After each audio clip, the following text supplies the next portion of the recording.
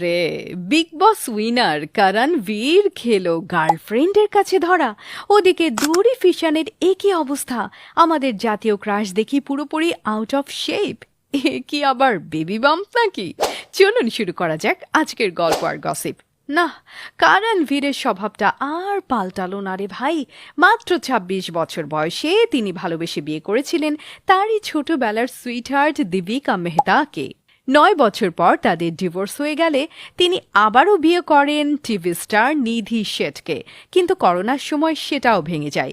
কারণ আসলে আগে থেকেই একটু প্লে বয় স্বভাবের, আর বিগ বস জেতার পর থেকেই তার মাথাটা একটু ঘুরেই গেছে। এই বিগ বস ১৮ সেটেই তার সাথে প্রথম দেখা চুম দারাং এর সাথে। এই চুম দারাং নিজেও একজন স্টার, অরুণাচলের উপজাতি থেকে আসা প্রথম সেলিব্রিটিদের একজন। চুমের বয়স এখন ৩৩ আর করণের ৪২। এ বছরের ভ্যালেন্টাইন্স ডেতে করণ যখন চুমের জন্য একটা রোমান্টিক ভিডিও পোস্ট করলেন তখন তো ইন্টারনেটে একেবারে আগুন লেগে গেল।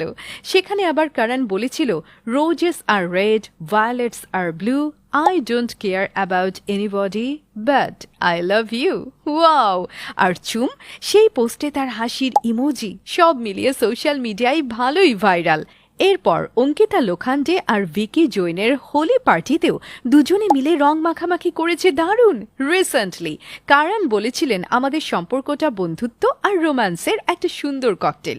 আমরা দুজনেই অতীতে অনেক কিছু পেরিয়ে এসেছি, তাই ধীরে ধীরে এগোচ্ছি।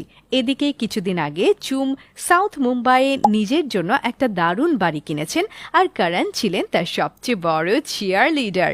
এই বাড়িতে করণ আজকাল প্রায় থাকেন। আহা, চুম একজন ব্যস্ত ফ্যাশন মডেল। এরই একটা শোতে তিনি গিয়েছিলেন রাশিয়ায়, আর বাসার চাবি দিয়ে গিয়েছিলেন করণকে। তো করণ অবশ্য এই হাইফাই ফ্ল্যাটের দেখাশোনা ভালোই করেছেন। সুযোগ বুঝে এই একাকী বাসায় নিয়ে এসেছিলেন তারই এক এক্স গার্লফ্রেন্ডকে। অবশ্য ঘটনার ক্লাইম্যাক্স এখনো বাকি। ভারত পাকিস্তান যুদ্ধ শুরু হয়ে যাওয়ায় চুমের শো ক্যান্সেল হয়ে যায়। করণকে সারপ্রাইজ দেওয়ার জন্য কাউকে না জানিয়েই তিনি কিন্তু কামব্যাক করেন। তারপর ফ্ল্যাটে ঢুকে দেখেন করণ সেটাকে অলরেডি বৃন্দাবন বানিয়ে ফেলেছে। তারপর সেখান থেকে শুরু হয়ে যায় ইন্ডিয়া পাকিস্তানের পারমাণবিক যুদ্ধ।